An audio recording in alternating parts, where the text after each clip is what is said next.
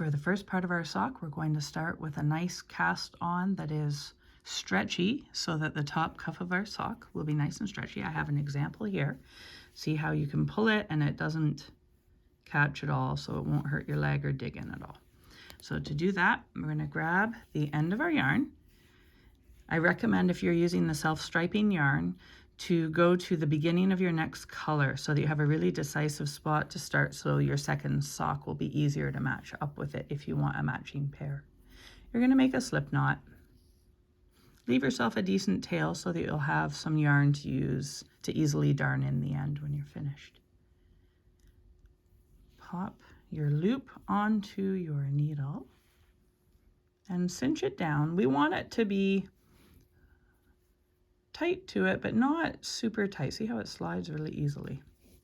We want to keep the cast on a little bit loose. It'll make it much, much easier when you start.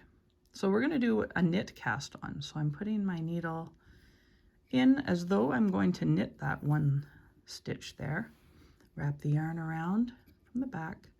And when I pull up my loop, I'm actually going to plop it onto my left needle. And now I have 2 stitches on there.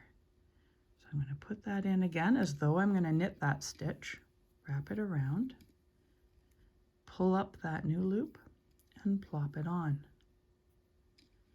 Again, we're going to go into that new one we just made.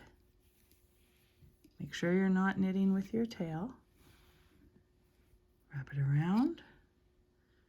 Pull up the new one. And see, I'm just turning it this way. The part that's coming out of the ball of yarn is on your left side.